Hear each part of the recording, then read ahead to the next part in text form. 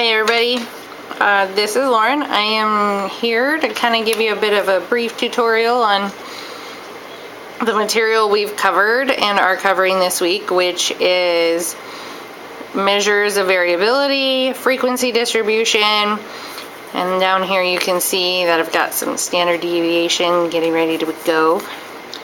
I have rolled some dice and come up with the results of several different rules. So here's my frequency distribution from highest to lowest and how often they each showed.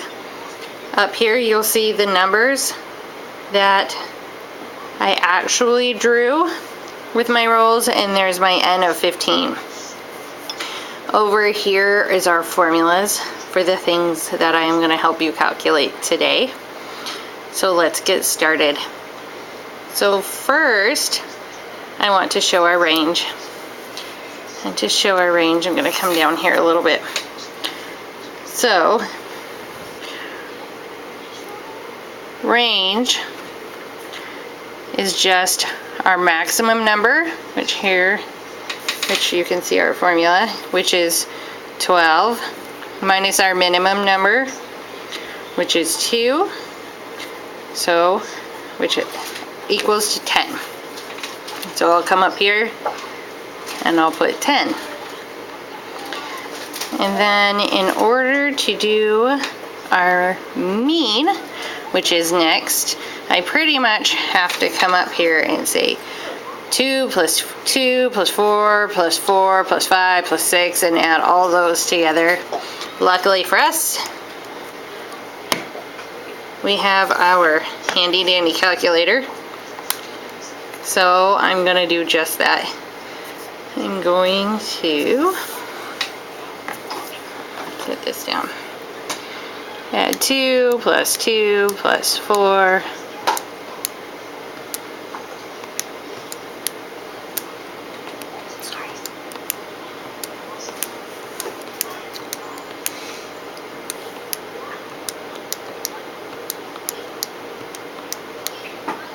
So I'm going to add all of those numbers up, and then I'm going to divide it by our N, which is the number that we took, like the number of samples we took. And so our mean, if you can see that, is 6.53. However, this is what we would report, but for calculation purposes, I generally will add those extra 2 because you would not be surprised by how different that can make your final calculations. So anytime you do calculations, I want you to go out 1, 2, 3, 4 decimal places and carry that 4 decimal places through all your calculations, because if you round here, or actually it'll show here more in your SS and your variance and your standard deviation. If you round 2 decimals here, 2 decimals here, 2 decimals here, your final number is not going to be right. So now I'm going to move on to our SS, and for that I've already got another page prepared here real quick. So if you can see this, these are all my numbers, and I don't think you can see all that, hold on. I have gone through and squared every single one of these numbers. So this is my X. And so these are those numbers squared. So when you do your SS calculation, you want to see that formula right here. So that formula, if you remember correctly, this means the sum of your x's squared. But because this is in parentheses, the first thing we want to do is sum all of our x's together, then we square it. So squared first, then added together, then squared. That's the main point I want to bring across here. So, for my squared first, and then added together, I have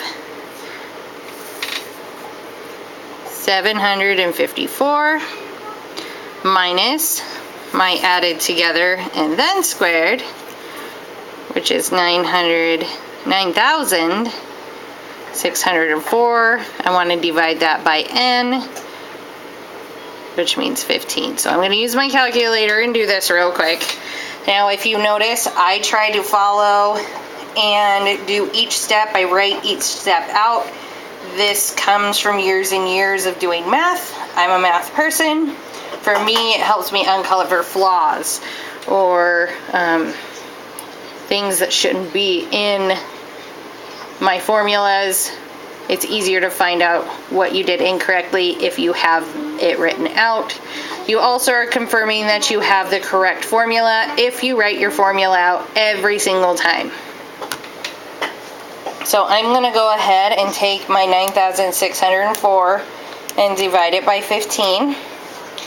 And I'm going to come back and I'm going to write the number again.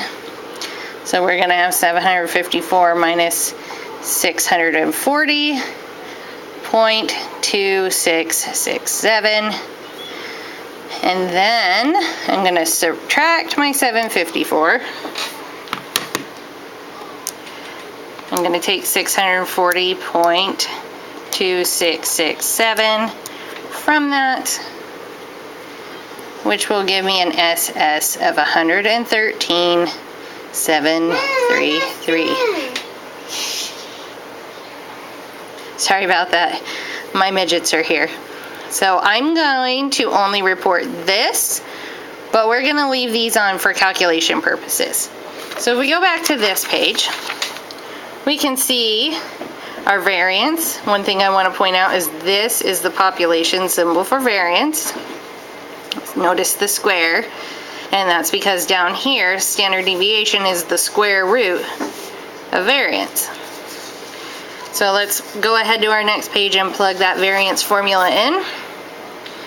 So we have that. Now, mind you, this is for population. For sample, if we were just dealing with a sample, it would be S squared. So I have SS divided by N, which is our 113.77333 divided by 15. So I'm going to come over here and divide it by 15, which equals 7.5822. Remember, I'm only going to report these three numbers. And then again, we're going to go one more time. So if I come back to this page, I forgot to fill in my SS. So 113.73 for my variance. I want 7.58. But remember, with our calculations, we're going to continue with these four. So our standard deviation is the square root of our variance. So I want the square root of 7.5822, which I can easily do with my calculator. So my standard deviation is 2.7535. Actually, it would be 3. Okay. So I'm just going to report this. So I'm going to come back here, and we're going to go ahead. Let me double check that number.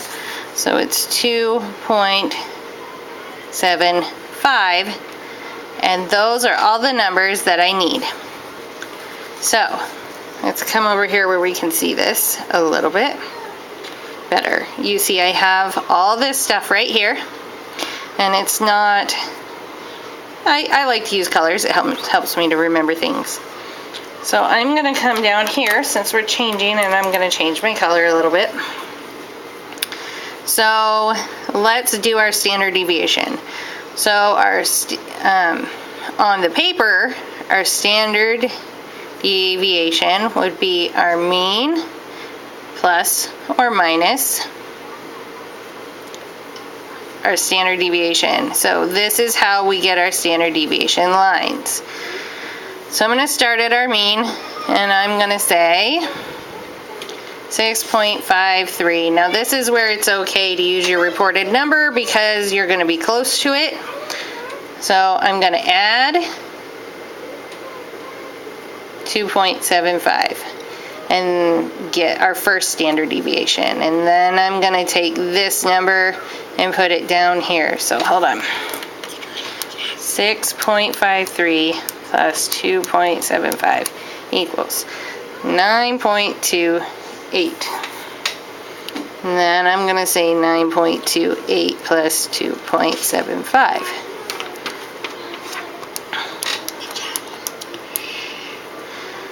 Is 12.03.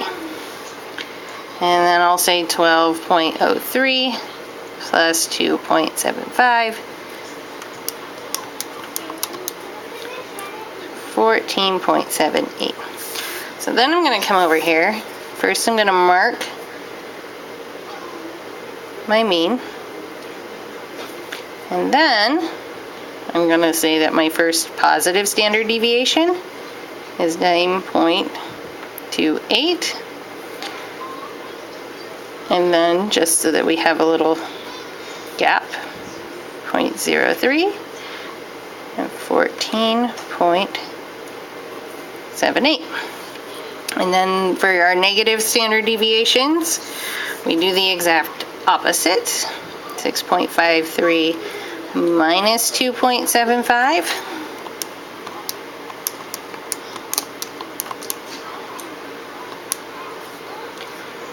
Equals 3.78.